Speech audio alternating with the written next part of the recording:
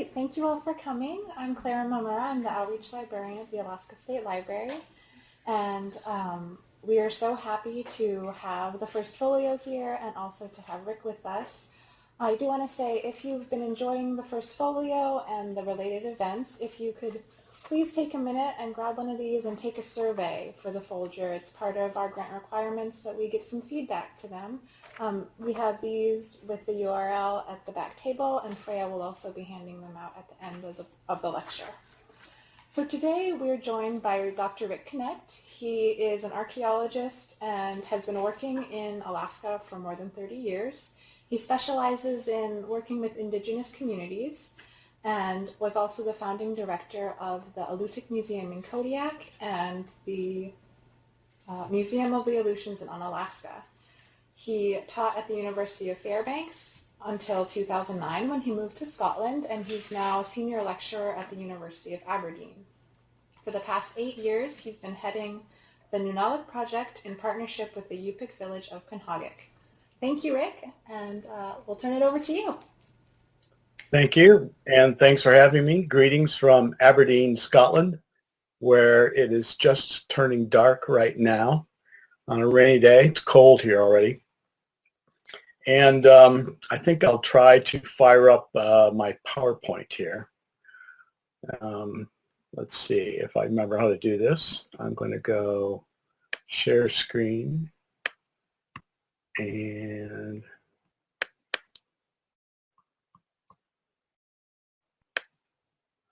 okay, can you see that?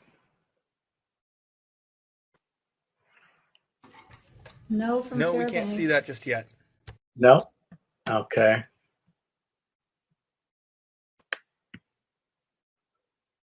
Can you see anything at all? We can see you.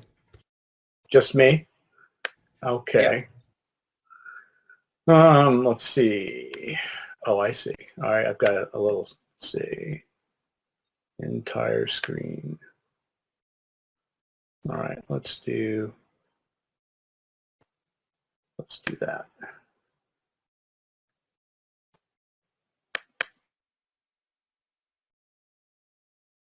See my computer screen? Stand by. It might be coming up now. All right, I can see it in my office. Can everybody else see that?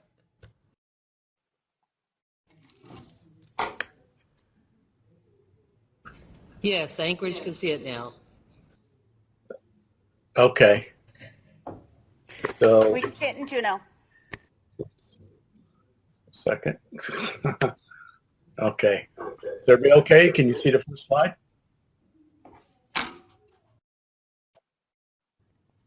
Yes.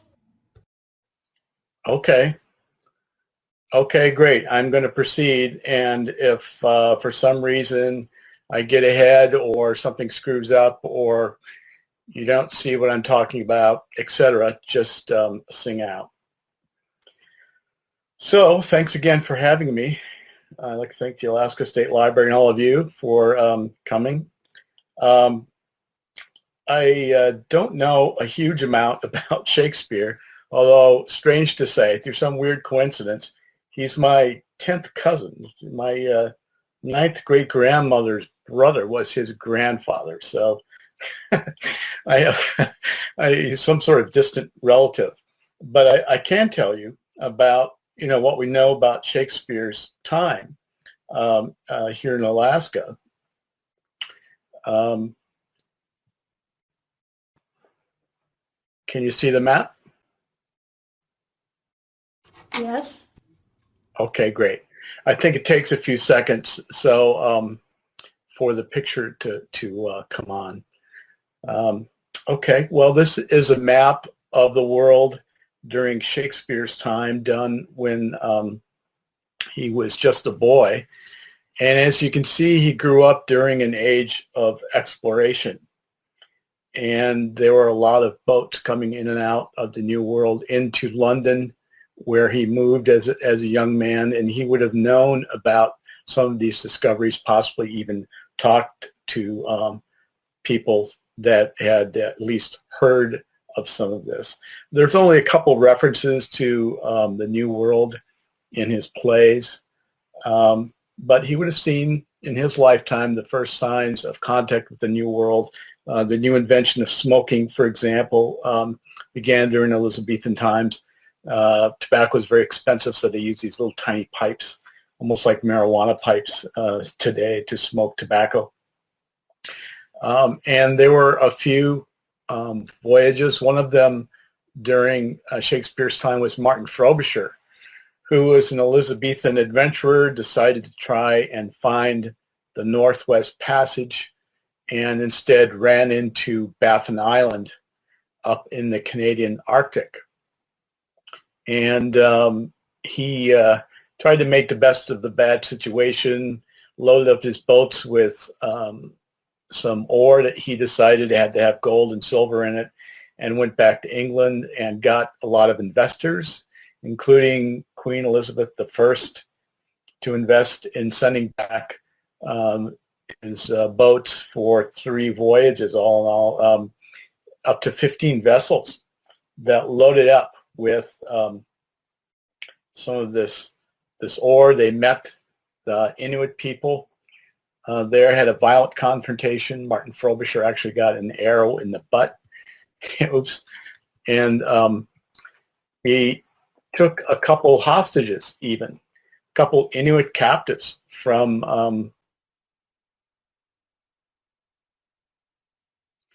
back to England, where they died very quickly from diseases that they had no immunity to. But what I'm getting at is that during Shakespeare's time, people were familiar not just with North America, but with the North.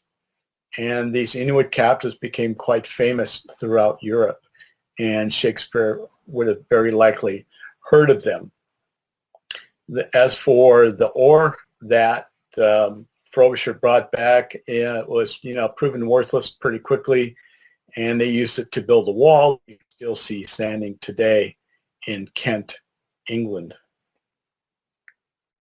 Now, so Frobisher, disappeared from view pretty quickly, but that first encounter with the Inuit of the Canadian Arctic kind of became the first experience that the West had with the Inuit speakers of Inuit languages that stretch all the way from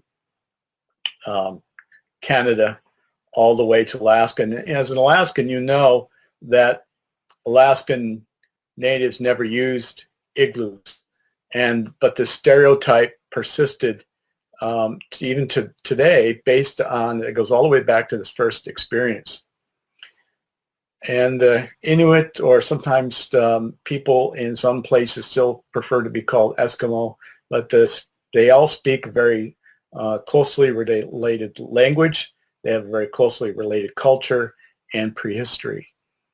And in many ways can be considered a cultural unit, and they occupy the largest territory of any indigenous people in the world, stretching all the way from the coast of eastern Greenland all the way down to Prince William Sound in Alaska.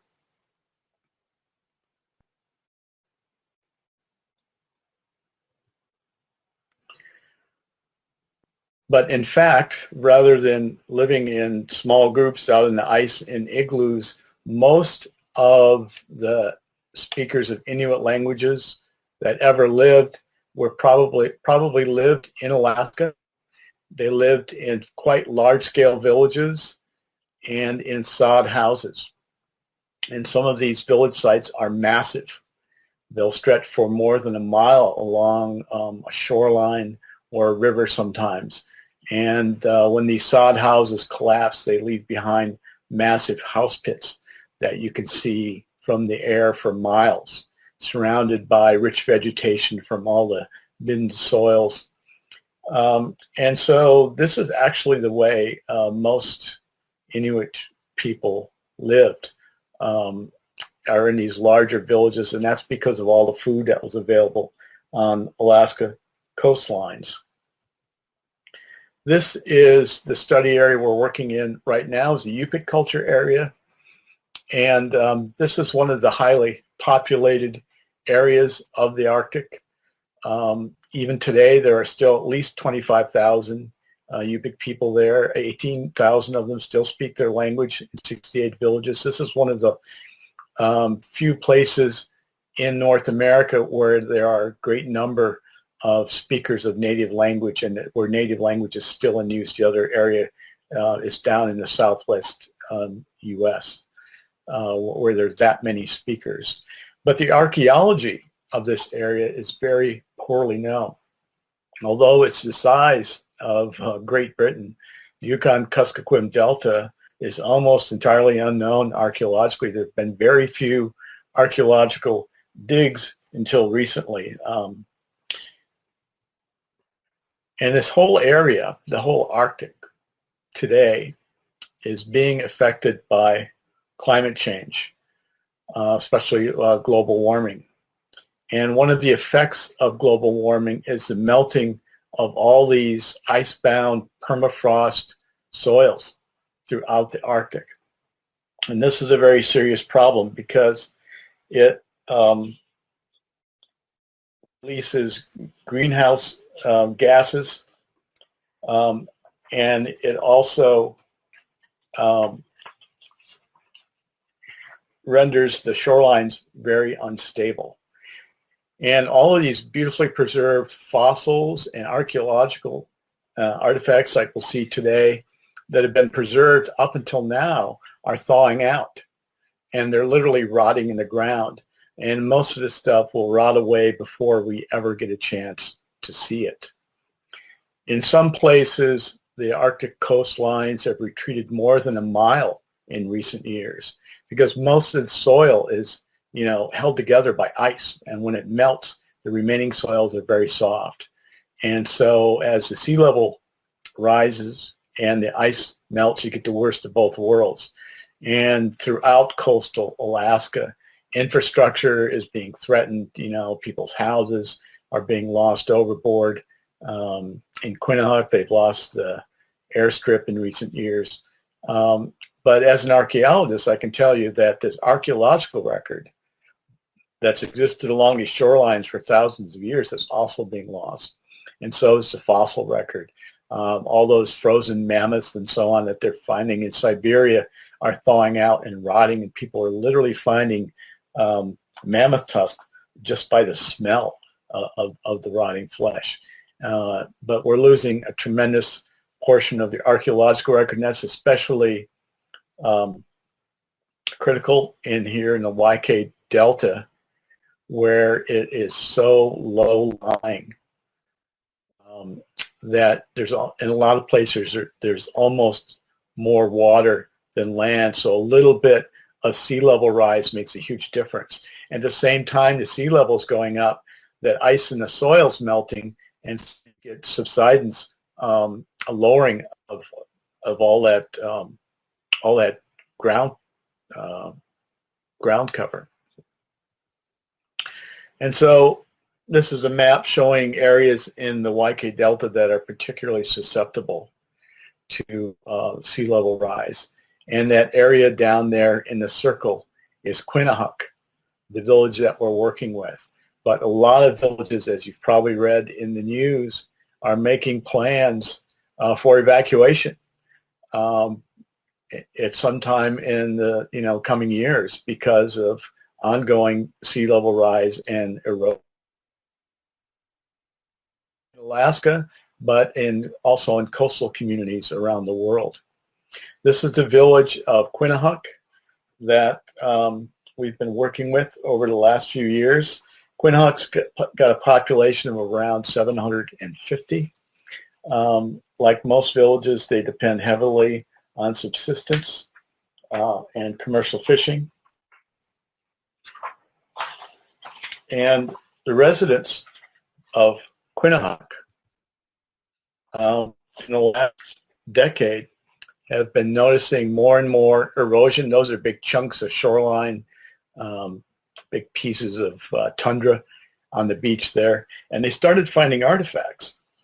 Warren Jones, who's the president of the Village Corporation, Knecht Incorporated, it's an Angsa Village Corporation representing Quinhagak, called me up at first back in 2007, 2008, and started sending me photographs of artifacts they were finding on the beach. And I recognized these as prehistoric wooden artifacts. And so by 2009, we were able to get there and take a look at the beach, and we literally beach combed for artifacts. We followed the trail of artifacts to an eroding archaeological site. And so since 2009, we joined forces with the village to save as much as that archaeological site as we can. So it's a joint project between Knecht Incorporated, there at the village of Quinhagak, and the University of Aberdeen here in Scotland. When I first was contacted by Knecht, I was working in Alaska, and so I took the project with me when I went to Aberdeen, where there were a lot of resources. And so since then, it's been very much a community-based project. We draw a lot of our participants from the village. The village corporation provides all the infrastructure, our shelter, our food, our housing, transportation, and so on, and help out in a million different ways. We couldn't have done this project without their help. But more importantly, they help us interpret the artifacts. And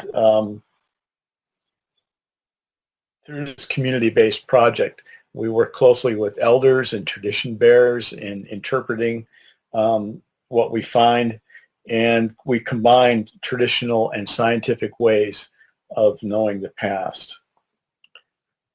But it remains very much a race against time. You can see there's our little square there on the site there in the coastline a few miles away from Quinhagak, and it's eroding at a pretty good clip. Most of the site has already gone overboard. We're probably looking at just the tail end of a site that probably went 100 meters out into the ocean, and elders tell us stories about seeing whole wooden bowls and bows and arrows and things falling out into the sea when they were kids. Since we started working in 2009, about 30 feet of that shoreline has been lost. Our excavation blocks that we put in back in 2009, 2010 are already gone. They're already overboard. And the 8,000 artifacts that we recovered from those all would have been lost if we hadn't started working then. I wish we'd started working much earlier. Now, this is the kind of sod house that we expected to find when we first started digging. Like most sod houses in Alaska, it's pretty good size. It was excavated into the ground a little way, and then walls and supports are made of driftwood logs with sod stacked around to form the walls. And these are pretty sturdy, really well insulated houses. So well insulated that we rarely find hearths, for example. It was pretty much kept warm by body heat inside. And there were only small cooking pits for cooking food. And most of the large-scale fires were used in sweat bathing. Oftentimes, you can dig a house and not find a hearth at all. But we expected to find a single-room building much like this with kind of a long entryway. But instead, when we started digging, we found that there were passages going all over the place. What you're looking at are the plank floors of hallways that were originally covered with sod. And some of the larger ones you walked standing up into, and some of the others you crawled in. And this is a map of a large sod house that we've been working on for the last few years. And instead of just being a single room house, it was a whole complex with a great big long hallway there. You can see the boards, a board lined hallway going across the entire block. We still don't know how long that thing is, but it's a good 50 meters.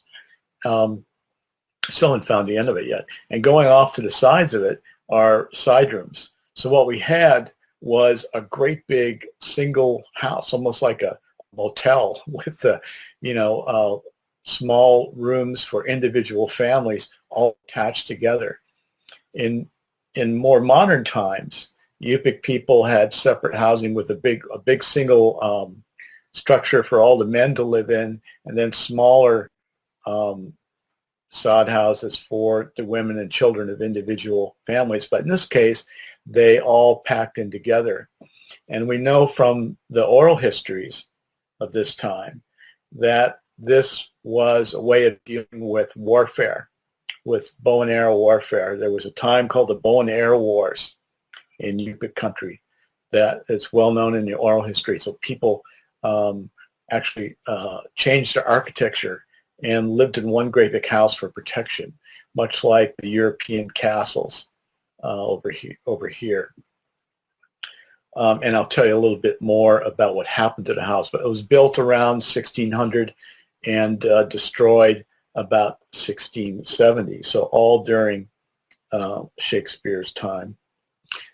What makes the site really special is the fact that it's been frozen until recently. And so all the wood and organic stuff that we normally lose has all been preserved by the ice until now. And when we first started digging in 2009, we found the ice just a few inches under the ground surface, and we would have to dig pretty slowly. Now we don't find the ice at all until we get to the very bottom of the site, maybe 3 feet down. And so the site's thawing out really quickly. But it's left behind this incredible archaeological record that we very rarely see. All those posts sticking up are the original house posts that held up the 400 years ago. And when we dig, we find all these incredible wooden artifacts, as well as woven mats and ivory and feathers and leather and you name it, all packed down together. Now, normally, when you do archaeology, all of these organic things are rotted away, and all you see are colored stains in the ground. And all we come home with are, pieces of stone and bone and some pottery, if we're lucky. But not here. Here we get darn near everything. And the preservation is so good that sometimes the wood, freshly thawed out of the ice, is still bright, just like someone carved it a few days ago. It's not even stained yet. And a lot of times we'll find grass mats that are woven grass that, is soft, but it's still intact. And sometimes it's even still green when we dig it up, and you can watch it turn brown as the air hits it. Pretty amazing preservation. About 80% of everything we find is made of wood and grass and things that we normally very rarely find in archaeology. There's only very few sites where you find this kind of thing. This is a close-up of a typical house floor, and if you look close, you'll see that there's woven pieces of grass and little clumps of dog hair and little chips of wood and all sorts of stuff. It's not really soil. It's almost like a peat moss made up of all the junk that's accumulated on these house floors. It's like dumping out your vacuum cleaner bag or something. Just chock-a-block full of stuff. There's even little insects in this stuff. And so there's so much information there that we take, we'll just shovel big clumps of it into plastic bags. And here in Aberdeen, I've got a whole basement full of refrigerators stuffed full of bags of dirt, because it's just so rare to see this kind of thing. We don't know we're going to see it again. And each one of these bags, when they pick it apart under microscopes. Each one of these bags is like a little archaeological site all by itself. This is Dr. Vera Forbes, who is an archaeoentomologist. And she actually studies the preserved insects that we find in the house floor. And there are a lot of them, thousands of them. And this was true of every household in the world at this time. Even Queen Elizabeth in Shakespeare's time, had lice and fleas, had to deal with those. And we actually have found the first archaeologically recovered human fleas and dog fleas and even bird fleas in the soils from this site. And so Dr. Forbes is studying these and just got a 3-year grant to study more of these. And on the left, you see the microscope slides where all those little dots are individual insects that she's pulled out of those soils and puts those under the microscope to do identifications. So the site is called the Nunalak site, which means the old village. That's a name that the Quinhagak elders wanted us to call it. And there are some parts of the site go back to at least 1450, maybe a little earlier. It was abandoned sometime around 1680. This was during the Little Ice Age. This was a period when it was much colder than today. It got suddenly quite cold. And, so cold that the Thames River in London used to freeze over, and then they would have ice fairs out there. And that's when all those canals and rivers froze in the Netherlands, and people got out their ice skates. And there's a lot of famous old paintings showing people playing out in the ice and so on. So quite a bit colder than it was. This is a period when Shakespeare was alive. This is when Jamestown was first founded, the earliest first English colony in the U.S., followed by Plymouth in about 1620. So that's what was going on in England and America about that time. But in Alaska, they were also suffering with this, what some oral traditions call the winter that never ended.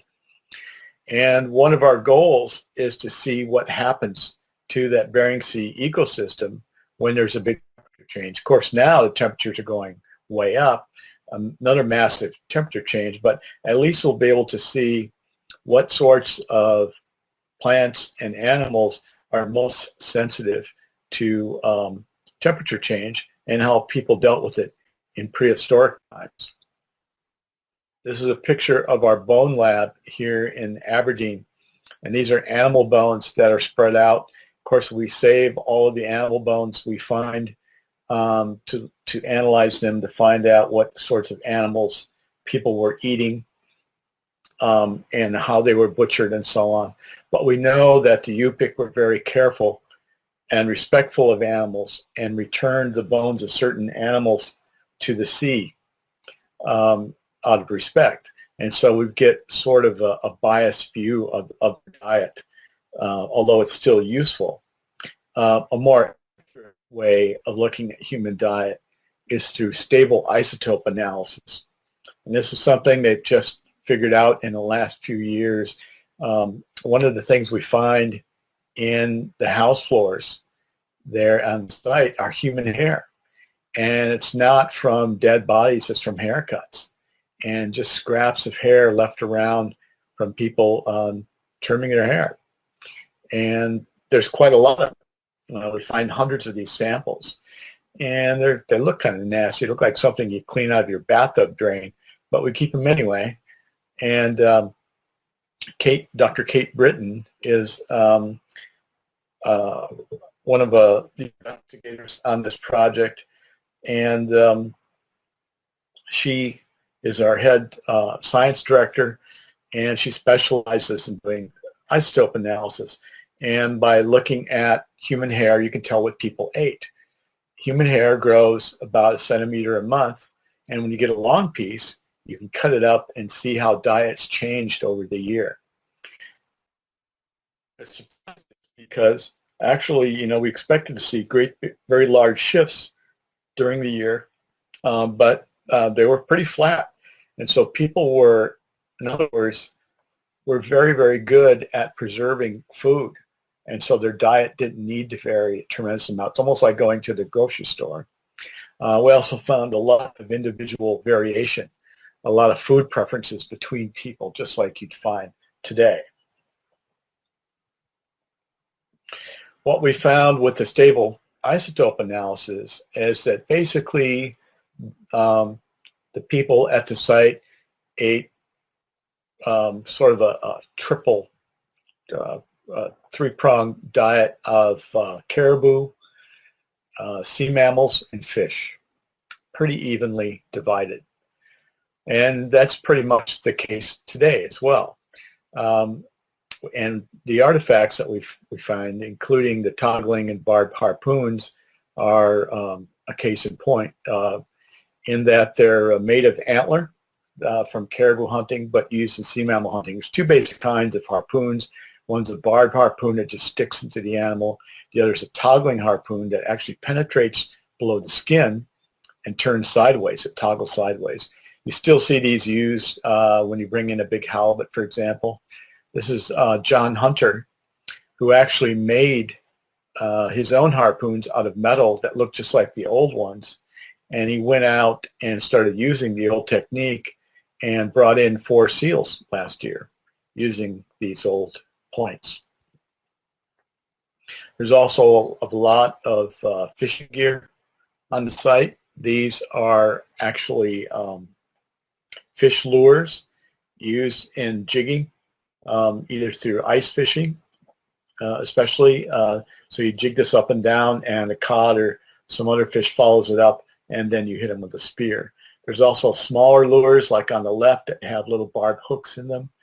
And on the right, you'll see a netting needle that's actually more than a foot long, made of wood. And it looks a lot like the netting needles that fishermen still use today.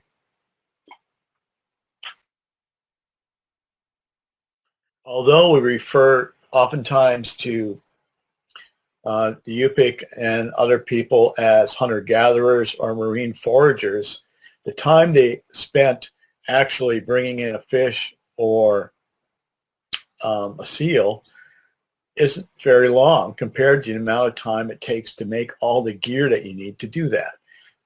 Your kayak, your clothing, your harpoon, all of that takes a tremendous amount of time to manufacture because you had to make everything yourself. And starting with just the stuff on the beach, driftwood and stones.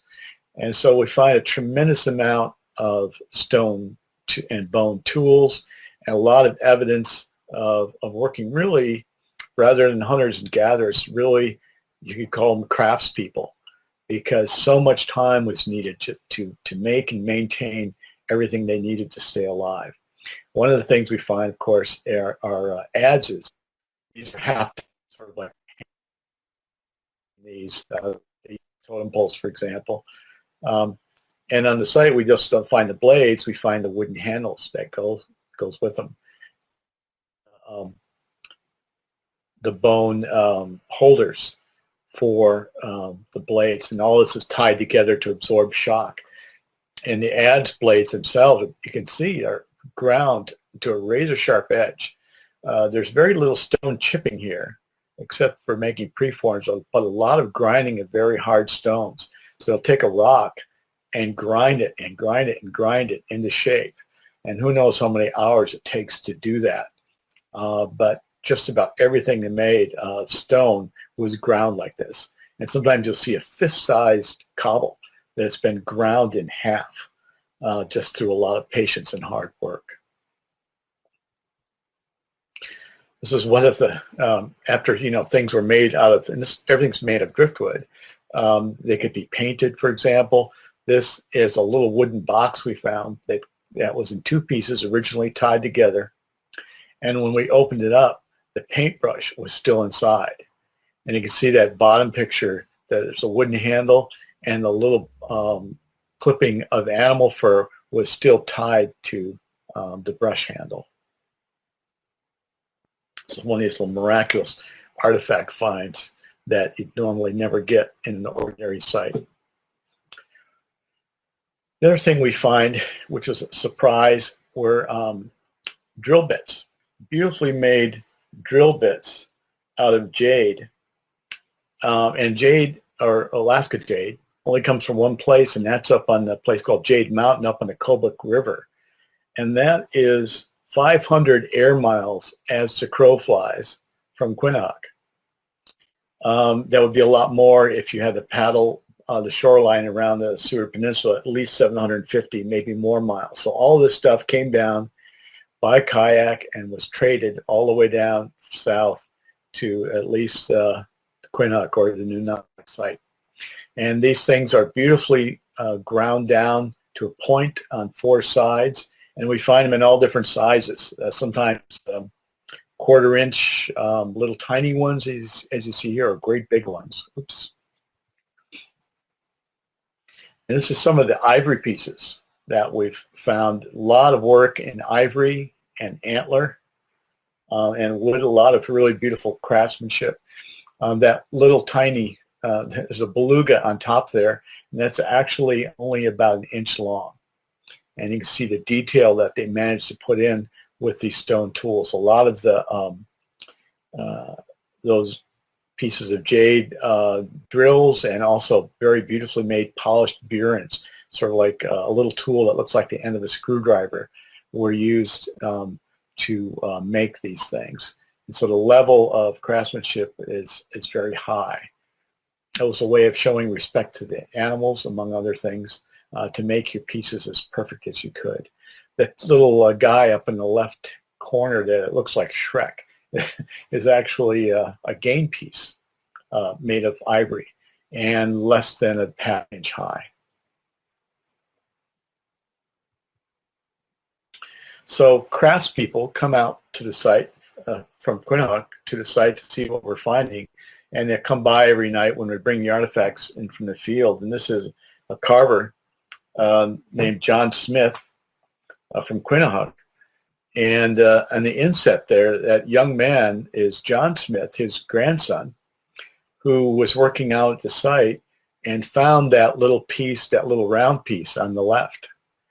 And that is a piece, it's an earring that's made of mammoth ivory, that dark brown color. And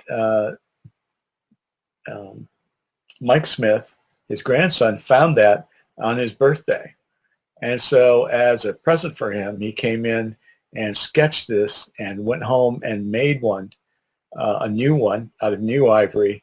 And so when Mike woke up in the morning, he found that on his nightstand. And so it's a real treat to see things we found in the site actually kind of re-enter that cultural landscape. And oftentimes we'll dig something up, and a local artist, John or somebody else, will have made it a replica within a day or two. Now there's a very rich tradition of dance and mask making in the Yupik area, as there is in other areas of Alaska. And the Yupik masks are famous for having a hoop around them, often with small attachments that symbolize a story or parts of the universe, or mask is the story that mask is trying to tell. And in the sites, in the Denali site, we also find evidence for this tradition. It's very similar to the pieces that were collected and that you see made today, and that were collected in the 19th century. We get full-size masks like you see there. That's Dr. Charlotta Hillerdahl, also one of our co-investigators, holding up a mask that she's just found, showing a person in transformation into an animal. So it's got both human and animal features. Something we see a lot of. Also, there are attachments that went to the outside, attached to the hoops that went around the outside of these masks, that we find little fish and whales and birds and so on that are beautifully carved out of wood. Most of these things were just made for a one-time use. A lot of the masks we find are broken, We'll find one that's whole in a trash pit like this one. And there's another mask that we found. This is upside down when we found it into the mud. And then when we turned it over, it was just breathtakingly beautiful, full-size mask. And as you can see, it's got little pegs sticking out. We think this might be a transformation mask again, a human in the act of turning into a walrus, or maybe the reverse. But you can see it's got the tusks are actually made of antler. We thought they were ivory first, but there are pieces of the original paint still on it, and there's little hairs coming out of the chin like a beard. And then one half of the chin, the hairs are from sea animals, and the other half, they're human hair. We've actually taken a little sample of that human hair so we can do the DNA and find out if the person who made the mask lived in the house or not by comparing it to the other hair. These are dolls, and we find hundreds of these. Dolls were used for all sorts of things. Some are toys. Some were made just for kids to play with. Others were made as shaman's dolls, and still others were made as portraits of individuals. And they would make a portrait of an individual, and so if someone couldn't come to an important ceremony or occasion, the doll could come instead. That'd be really nice if you had a meeting you didn't want to go to, you could send your doll, right? But so some of these you can see are individual faces, and others are sort of generic. But we have several hundred of these in different sizes, little tiny ones and great big ones as well. We also find little masks, little bitty masks, and some of them have the little attachment holes and the eye holes and everything. And according to some of the ethnohistorical accounts, at least some of these little masks were made for the dolls to wear, especially dolls that were consulted and included in ceremonies.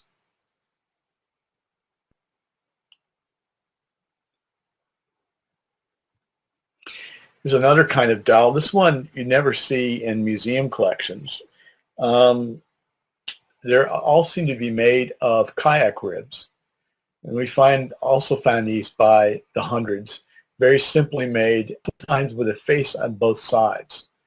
And on one side of the face will be smiling, and the other one will be a frown. And some of them even look a little bit like Bart Simpson, strangely. We have no idea what these things are.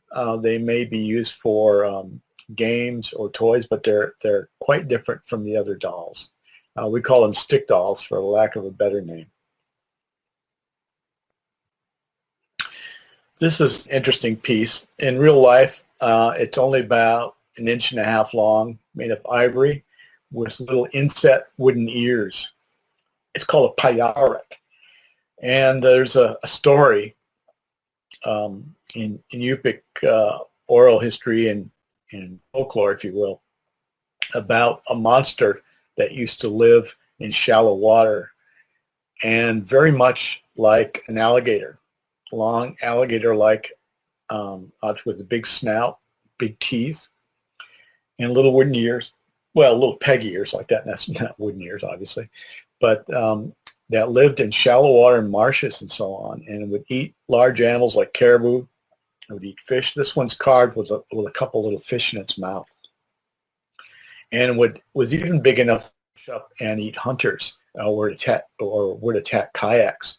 And according to the story, way more common at a time when the world was warmer and began to disappear, and people painted this payarek on their kayaks to ward them off.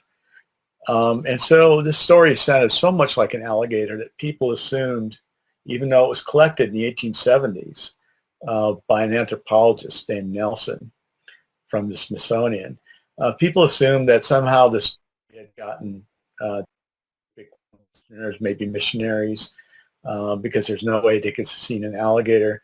But thanks to this artifact and several others like it, we now know that this is a pre-contact story. So who knows? Maybe we'll find the skeleton of a payarek someday. One thing we find a lot of in this frozen site is grass. There's grass laid down as matting on floorboards. There's little bunches of grass that people gather to prepare for baskets. There's a lot of grass cordage used for dog harnesses because dogs won't chew through grass. They'll chew through leather, but they'll leave grass alone. So that was used in dog harnesses. And so thousands of pieces of woven and braided grass. Both the grass roots as well as the blades of grass are throughout the site. Some of you might recognize this gentleman. This is Dr. Sven, former director of the Elliptic Museum in Kodiak, now at the University of Washington, joining us at the site.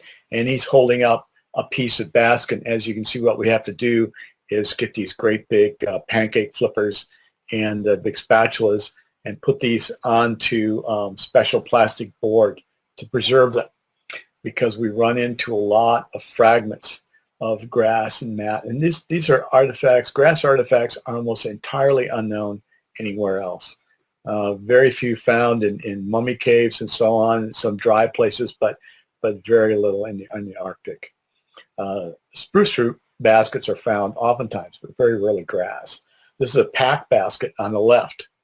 We found it's about 1.5 feet long, and it's already been cleaned and conserved, and through some miracle we're able to recover these things and get them back to Scotland. There's a modern one on the right, so you can see that basket making tradition hasn't changed very much, but other basket making traditions have changed, and there's some weaves that are completely absent now, that we just don't see. And Tricia Gillum is working with elders and basket makers to see if we can't figure out some of these more unusual weaves and restore these back into the repertoire of modern basket makers. But we have several thousand of these piece fragments and whole baskets. Other things are also, used in living memory, like the ulaks or ulus, the woman's knife, semicircular woman's knife that's used throughout the Arctic. Today, of course, they're mostly in steel. These have blades out of ground slate.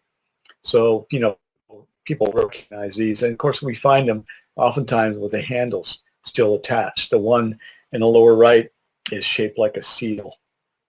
And we find pieces of leather as well. You can see the shoe sole on the right there with all the crimping from the toes, and some pieces of leather with the fur still on it, and even the little ivory tools used for sewing. But sometimes when we look at the leather, you can still see little pieces of sinew thread that are still in the stitch holes. And we also find patterns cut out in the shape of different sorts of animals that were applied to parkas and so on. Again, pretty unusual. A lot of wooden artifacts, of course, especially bentwood. Up until recently, people relied on bowls made from driftwood on the beach, made by steaming and bending them around, all the way around, with a lot of patience and skill.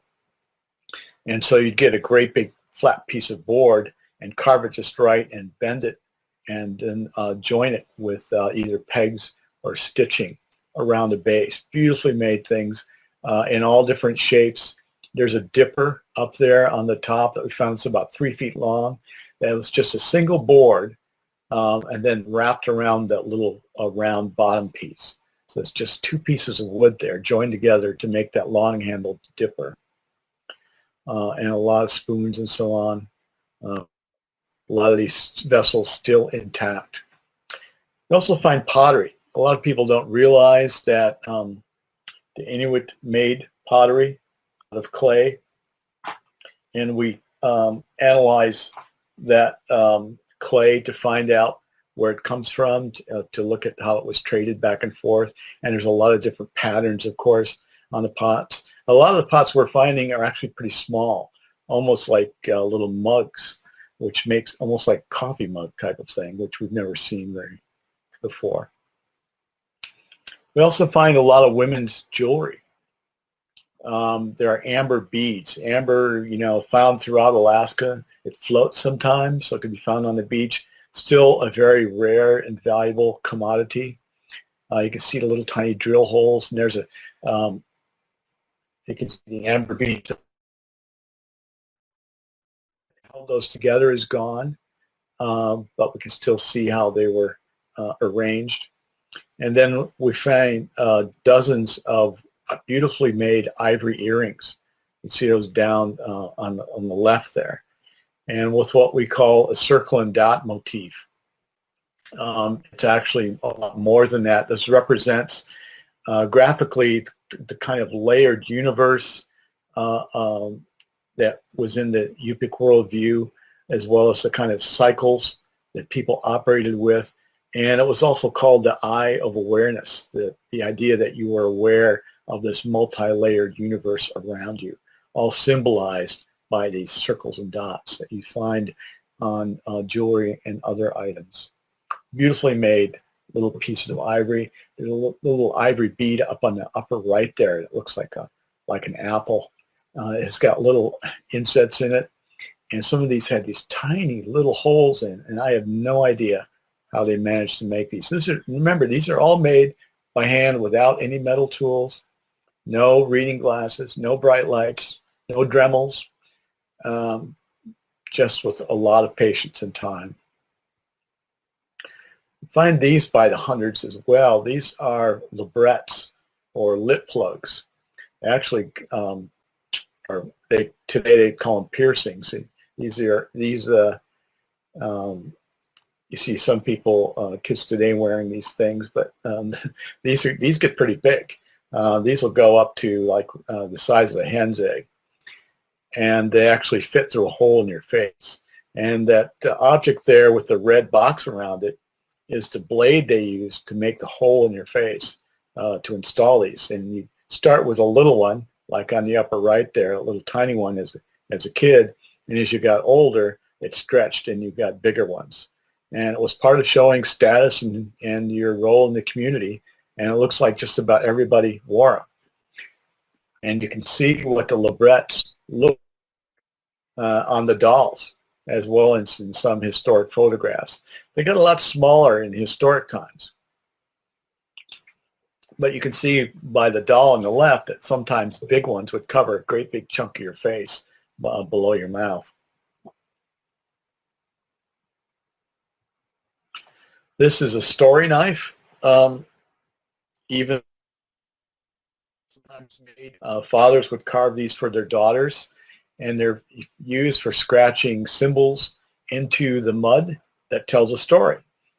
And sometimes you'll find them out of ivory. This is a very simple one made of wood, but we're looking at traditions that have been maintained for 400 years. And very conservative culture. There's a lot of the things that we find we can identify through reference to things that remain in living memory. Today, mostly girls still do this, but they usually use a butter knife from the silverware drawer. There was a lot of gaming, and especially during the winter, I imagine, and gambling.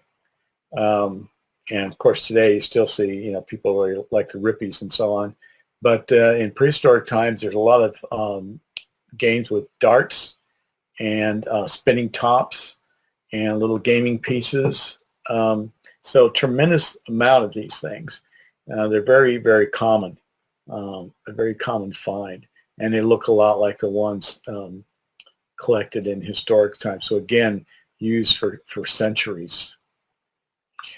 We find a lot of kids' toys as well, miniatures of the things that adults use, things like these model kayaks. And the kayaks are made to have a little man that's usually a little peg, sometimes with a face on it, that sticks into a slot in the top of the kayak. And these come in different sizes. We've got some that are a couple feet long. Usually they're about as long as your hand. And they give us an idea of what kayak designs look like and how kayak design has changed.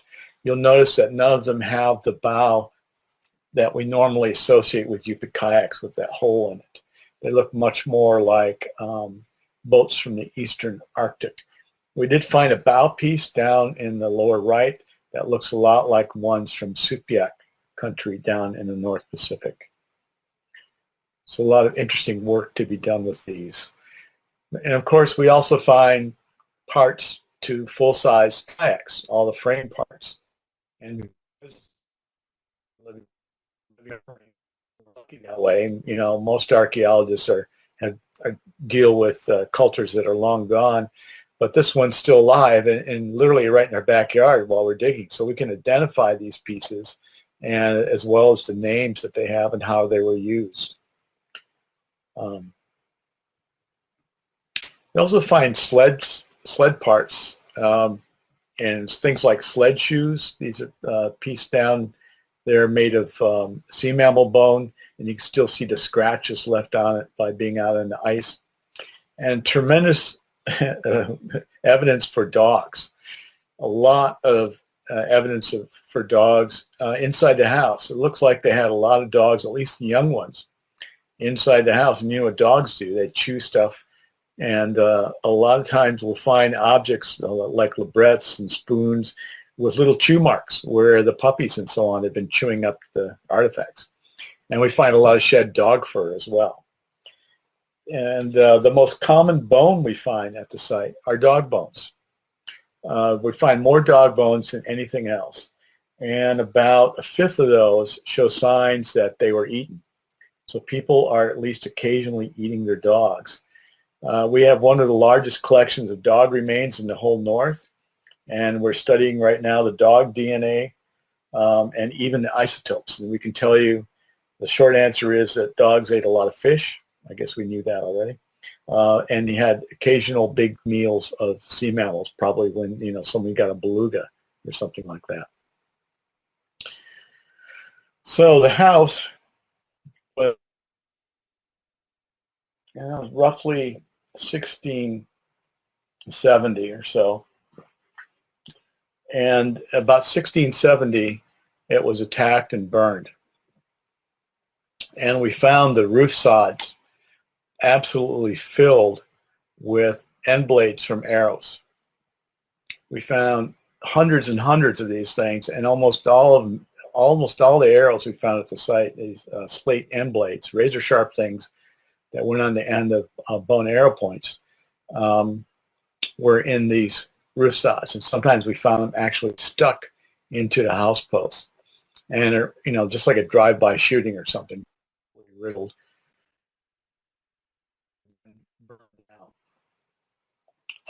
And according to oral histories, there was an attack there, and I won't try to tell you the whole story. There's a pretty elaborate story that goes with it, but basically the men were gone to attack another village, but they'd already found out about it, so they destroyed the attacking party and then came back and wiped the village out and lit fires and smoked people out of their sod houses one by one and killed them when they came out. And it was a pretty nasty attack even by the standards of the bow and arrow wars, and still being talked about today. And just through sheer dumb luck, we happened to be excavating on this village. One of the things we found was a lot of pieces of plate armor made of caribou antler that were sewn together to protect people from arrows. This is something that was originally developed in Asia and probably traveled over across the Bering Straits well before contact. Nothing spreads faster than warfare technology. And so we found that the houses were burned down and there were arrows everywhere, arrow shafts and so on the floors of the houses. You can see some of the burnt artifacts on the floorboards and some of the burnt objects that were on the floors. It was a house pretty much The fire, a lot of scorched wooden bowls, burned baskets, even a burned doll.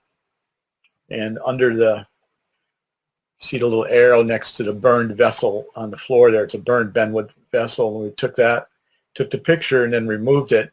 And under that was that knife on the right with the handle wrapping still intact. And it somehow survived the fire because it was under that bowl.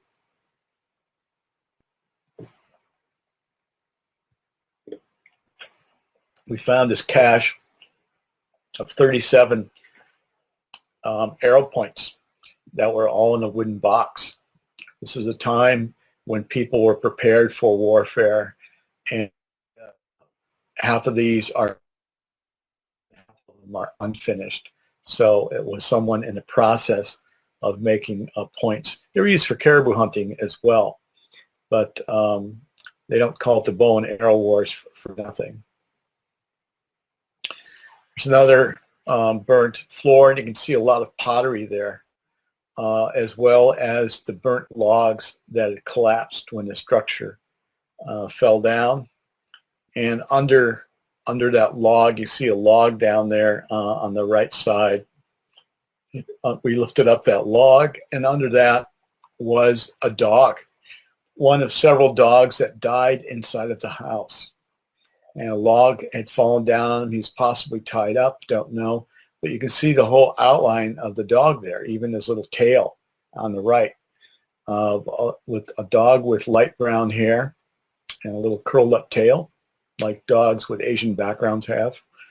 And it was so hot that even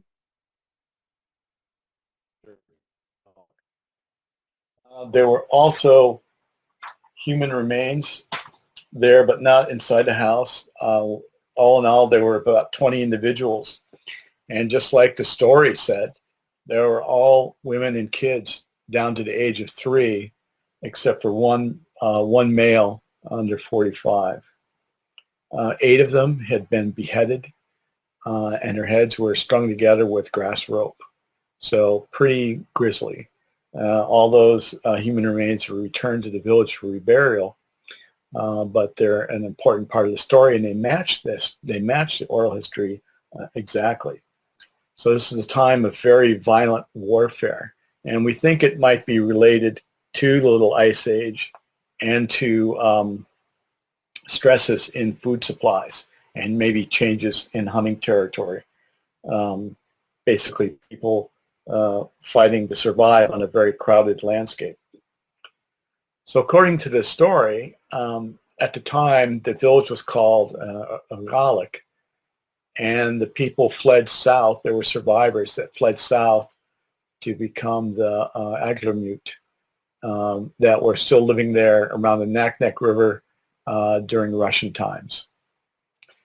And it looks like that probably will be the case because everything we've seen in the ground tends to back up the oral history of what happened there.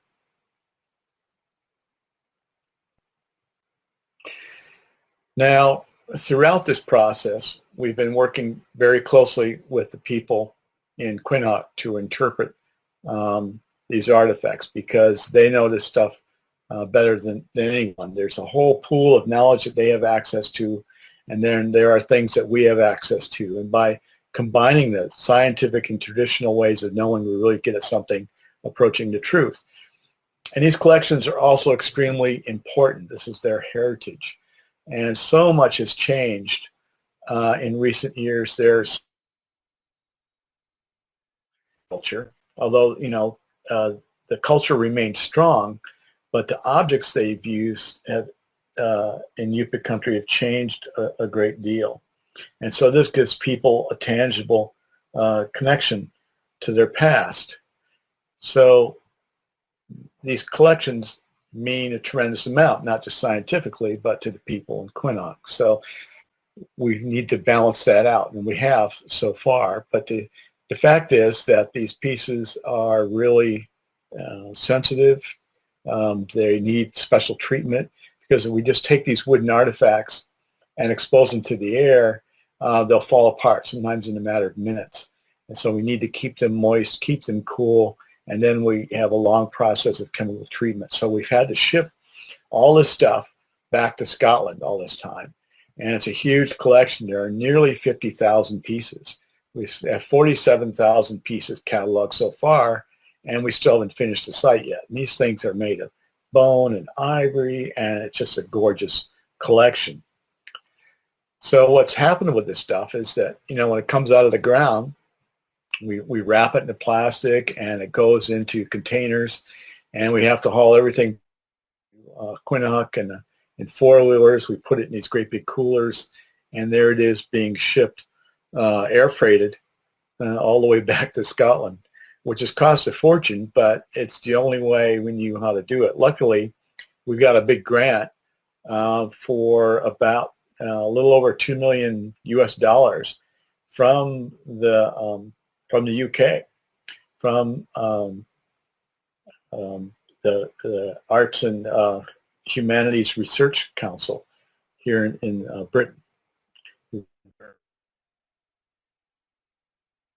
Actually, last year alone, we found 75 great big coolers full of artifacts and samples just in 1 year.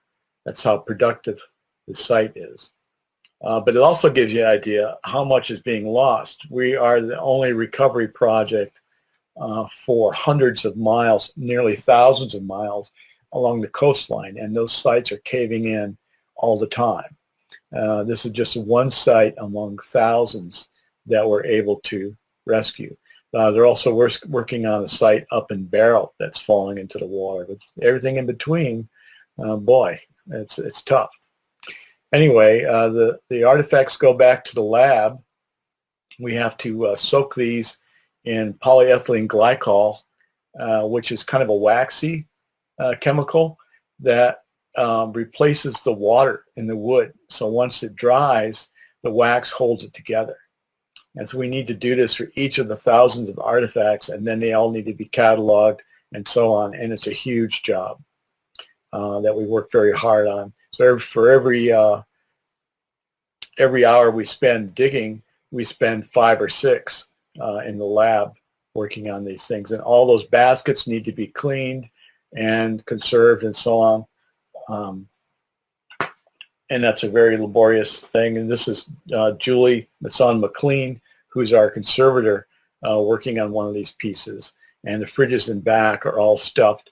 Well, I think there's about 1,400 more baskets and pieces of baskets yet to go just this year.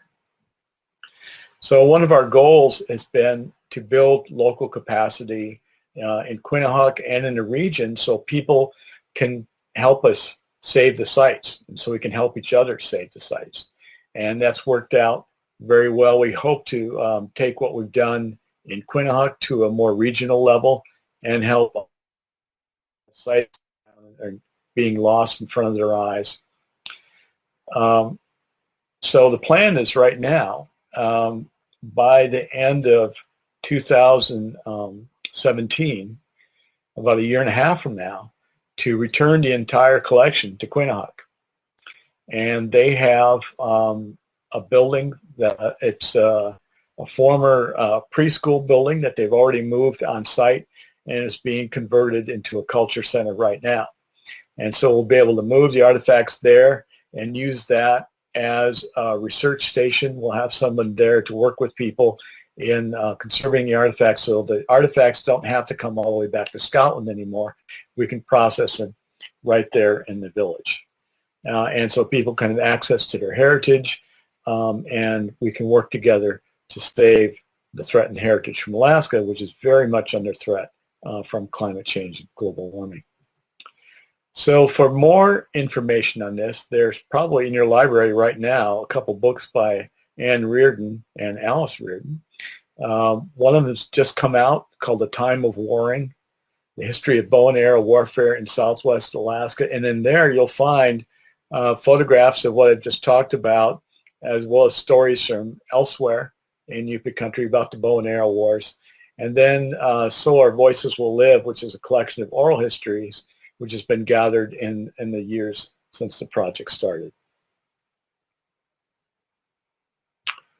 So thank you very much.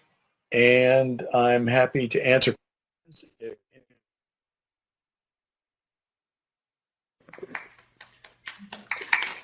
you. Does anybody from here or from any of the other sites have any questions?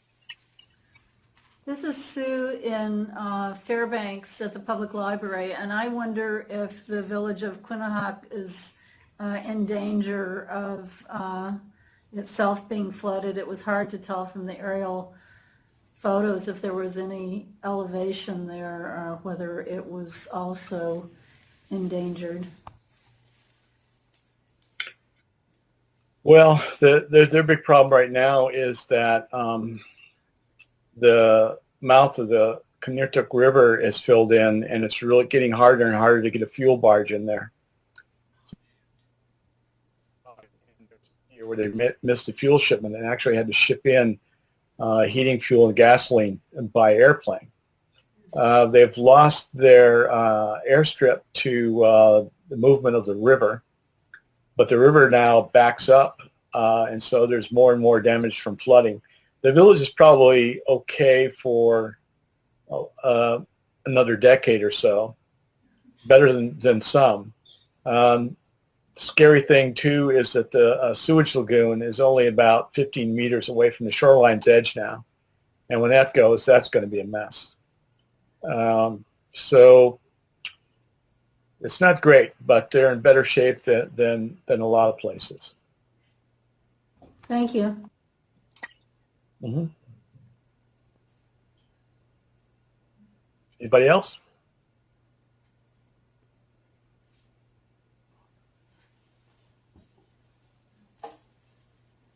Any other questions? I have a simple question. You Okay. said that these native peoples did not use igloos. Are there any Alaskan natives that did? Not that we know of. Now, who knows what might have happened, before it was ever recorded. The thing about igloos is that, I don't know if you've ever tried to build one. I did when I was a kid. The thing about igloos is that you need a special kind of snow to build them right. And it needs to be windblown and the kind of snow that forms under extremely cold conditions. So it's a high Arctic thing. So there's not very many places in Alaska where you really get the right kind of snow to build a proper igloo. But having said that, they're archaeologically invisible. And so the only reason we know about them is that people were there to record those. There were some igloos or some houses that were actually made of sheep. See the people moving around inside that were recorded by the British in the 1820s that we had no idea about. But as far as we know, nobody used them here. Thank you. Mm-hmm.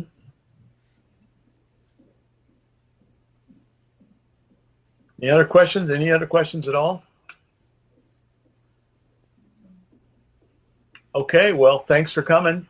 Thank All you. right, And thanks, if you Ed. This was great. Thank you for speaking with us. It was interesting. That was fun. Yeah, I hope it all came out already. You're able to hear